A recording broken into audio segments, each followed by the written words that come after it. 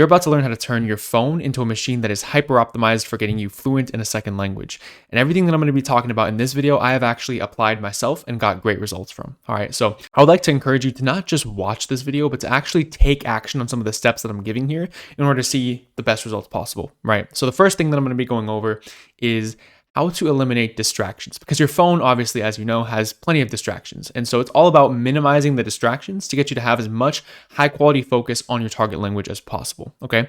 So the first step is to go in your settings and you're going to want to create a specific mode meant for studying. All right. Mine is called because I study Vietnamese, right? So I just named it that, but which means study in Vietnamese. But you're going to want to create a study mode that, and this is crucial here, has no notifications allowed, so that whenever you're studying, you're not getting notifications. I'm pretty sure you've experienced this before. Imagine you're watching Netflix in your target language and you're in the middle of a scene and you're actually in a flow state, right? Where you're so focused on the show and your mind is absorbing all the language, which is a very perfect, great state to be in. And then all of a sudden you get a notification from some nonsense, dude. It might even be like from my channel that I uploaded a video, right? Like, dude, who cares that like you're allowing language learning content to stop you from learning language or whatever, right? So whatever it may be, you get a notification and then you just break your flow state. Maybe you click on the notification and now you're no longer language learning, you're doing something else. And this is honestly one of those things that's just like so avoidable. And I mean, I don't know about Android, but iPhone makes it so easy because you can literally just create like a mode where when you want to study, you turn it on, you get notifications. And then when you're done studying, you literally just turn the mode off and then you can continue to receive notifications like normal. So that's one way to do it, is to just create a mode. And at first it might be a little like difficult to just like remember to turn it on, but like whenever you get a notification, you should like probably remember like, oh yeah, I shouldn't be getting notifications while I'm learning. Let me just turn this off, right? And when I say learning, I mean literally with language learning, it could be anything. It could be literally like just watching Netflix, as I mentioned earlier, or it could be actually using some kind of app to study, whether that be like a flashcard app or even like Duolingo if you like using that, right? So whatever it may be, whatever learning is to you, whatever it is, the more focus you put into it, the more you're going to get out of it, which is why in any instance, having notifications off is honestly essential. And if you want to take this a step further, what I personally do is I have notifications off 24/7. Like my phone never goes off. I do have like a separate work phone that I have for like work related notifications. So I, am able to stay employed and, not get fired. But other than that, like other than the specific work related notifications on a whole different phone, on my personal phone, I quite literally have zero notifications ever. Like not only does my phone not go off, but I literally don't even know about them. Like if somebody texts me on the messages app, I have to open the messages app to see that they texted me. I don't get notified otherwise, right? And so to some people, this might sound extreme or even like scary, right? Potentially, but when you really think about it, once you let people know that you're trying to prioritize focusing on certain things and you're turning notifications off to be distracted, they're not going to find it rude, right? It's just a matter of setting a boundary. I mean, you probably have a friend that is pretty busy and they don't immediately text back, right? It's a very normal thing. And just taking that leap has honestly been like a life-changing thing for me. I feel like I've reclaimed so much attention. Like people always say we live in an attention economy, right? And the more attention that you can conserve and deploy at your own will, the better off you're going to be in whatever pursuit you're trying to venture towards. There's been plenty of reputable studies that show that when your brain is focused on a task, whether that be language learning or anything else, and something as minor as a notification comes up and distracts you, it has huge effects on your focus. Not just the fact that you wasted that 1 second swiping away or checking the notification, but it takes your brain about 15 minutes or so to get into an optimal state of focus. So if you're in that state of focus and something disrupts it, it's going to take you another 15 minutes again to get back to that level of quality focus that you had. So it has huge ripple effects than just the couple seconds it takes for you to check or decline the notification. So that's step one. Either create a mode that you turn on and off to disable notifications while you're specifically spending time with the language, or just turn notifications off in general. But if you're going to make that, big change, which I think is worth it, it's probably good to like let people in your life know and kind of set boundaries for yourself with that. Now, before I introduce the next concept related to eliminating distraction, I want to introduce something called activity friction. And basically what activity friction is the difficulty it takes for you to actually do an activity. Okay, this is a very crucial concept for the rest of this video. So I'm going to give you an example of activity friction, which is not at all related to what we've been talking about. So this is a picture of my current setup with my bass guitar. As you can see, it's set up in such a way where it's already plugged into the amp, it's out of the case, it's already tuned, the whole thing is just ready to go, where I can literally just flick on the amp, pick up the guitar, and I'm already playing. Boom. It's so easy for me to just play. Whereas a lot of people who are learning the instrument, what they'll do is they'll literally take it off the stand, unplug the amp and everything, put it in a bag when they're done playing. And when you have it like that, where you literally have to go in the closet, take out the bass, open the bag, tune the whole thing, blah, blah, blah, blah, it takes so much longer. Like the process of being able to play it takes so much longer that you're much less likely to do it overall. It's just a probability game. Like the harder it takes for you to actually achieve or do something, the less likely it is that you're going to do it. The easier it is for you to kind of get into it, the more likely you are to do it. And what you want to do is increase the likelihood of you studying languages and decrease the likelihood of you goofing around, right? And so I'm not saying that you have to like cut out all things that are considered goofing around or not productive, right? But you want to increase the friction. That way you're only doing it if you really want to do it, right? Like one of the reasons why people scroll so much is because the friction is so small, right? All you have to do is pick up your phone. Like they meticulously craft this system in such a way that it reduces so much friction. If you ever notice that when you pick up your phone, it automatically turns on the raise to wake.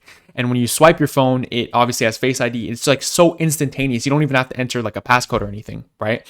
And then the app is just right there. Usually you have it in one of like your quick bars, right? And it's just right there. So it's so easy to access, and they've eliminated all the loading screens. So you literally just click it and boom, you're locked in, right? That's a meticulously designed way to decrease friction as much as possible. You want to create a similar system, but for learning.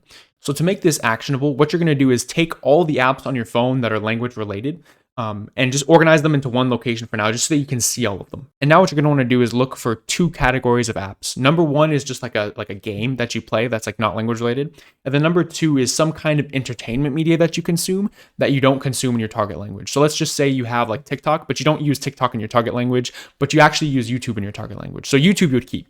But any like non-target language entertainment and like kind of just like games, you're going to want to delete them. Now, I'm not saying you have to quit them, right? But what I'm saying is when you want to play them, you download them, use them, and then delete them after that.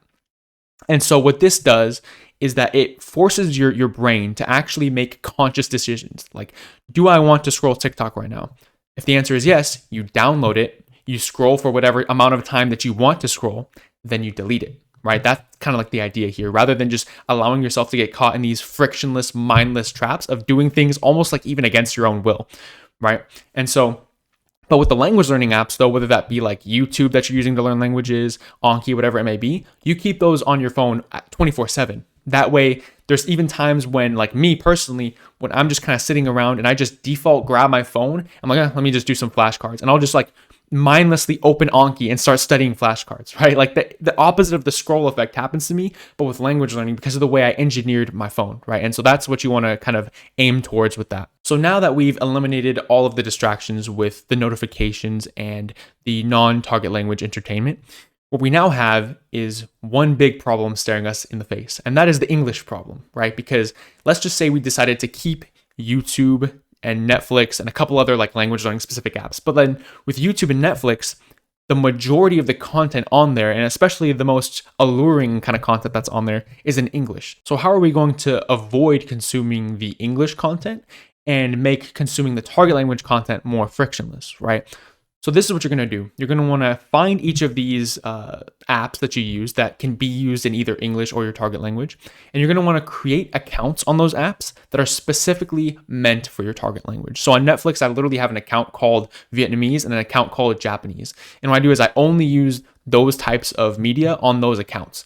And I have a YouTube channel or a YouTube account, which is only in Vietnamese, and another one only in Japanese. I haven't even used the Japanese one yet, but I use the Vietnamese one all the time. And so what happens is that the app kind of builds this profile of you to where it thinks that you only speak Vietnamese or whatever your target language is, right? So it's not going to recommend you English content anymore. And so it takes a while, but like at first, if you just only, we're going to use Vietnamese for this example. If you just only watch Vietnamese content on that specific account, even for just maybe like a week, it's going to stop recommending you English content in its entirety.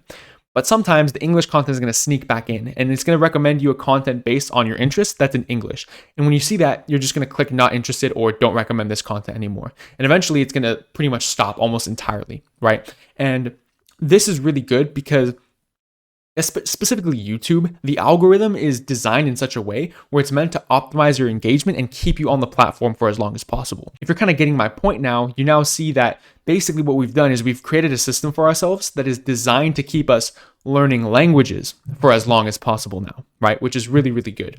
I'd still recommend staying away from short form if you can, just because it's bad for you in general, even if it is like for language learning. But at least in my opinion, it's much better to do short form in a different language than it is in your native language, because at least you're getting something from it, right? So now you kind of have two options, right? Because you have this YouTube app and there's two channels on there. There's the account that's in your target language and there's the account that's in your native language.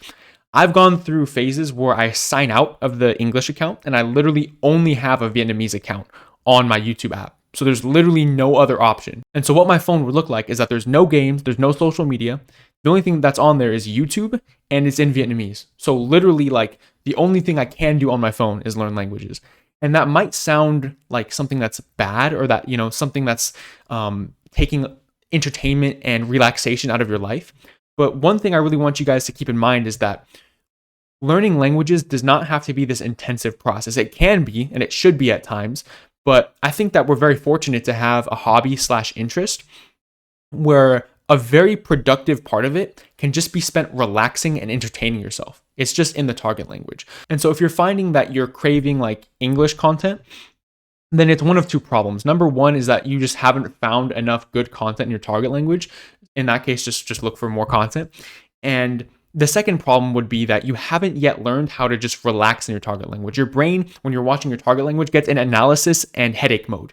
You want to just try to decouple those associations and try just intentionally to watch your target language with the intention of relaxing and enjoying the content and just kind of letting the language be in the background. Once you can kind of learn how to do that, then you remove the need for consuming English and you won't even really use your English YouTube channel much at all, because you're going to find that once you actually get to the point where you can have a decent level of understanding in your target language, then you basically just get two benefits in one when you watch your target language YouTube channel. And so you're not going to find the need that much for the regular YouTube channel much anymore. So now let's discuss the elephant in the room, right? Which is probably what you guys expected me to mention immediately upon opening this video. And that's just straight up changing the settings of your phone to be, make it so that your phone is just entirely in your target language, right? Like actually in the settings, changing your phone. I actually don't recommend this for a couple of reasons. Number one, if you're not at a very advanced level yet, you're not going to understand much and it's going to be frustrating and you're going to end up having these feelings of frustration with your target language that you might not want to have associations with. And on top of that, like a lot of it is just going to be based off of reading, because when you're looking at like options and settings on your phone and stuff, there's often no audio that goes with it. And so if you haven't really internalized the sound system of your language and really practiced your pronunciation for a very long amount of time, then you might actually end up pronouncing things and saying things incorrectly in your head when you read the settings of your phone, which is actually just going to be fossilizing bad habits. So in general, I wouldn't recommend changing the settings of your phone unless it is motivating to you for some reason, or you think it kind of looks cool and it reminds you to learn the language, or if you're like at a pretty advanced level and you kind of want to learn like more niche vocabulary in a very passive way, right? But like for 90% of people, I'd say, I actually just wouldn't recommend changing the settings of your phone to your target language. I've done it before and I've learned words from that and stuff like that, but I don't think the cost was really worth it for me. I hope this video was helpful. I hope that you came away from this with a couple of new techniques in order to optimize your language study on your phone. But how do you actually study, right? If you want to click on this video right here, I'll show you how I doubled my vocabulary in both Vietnamese and Japanese. All right, take care.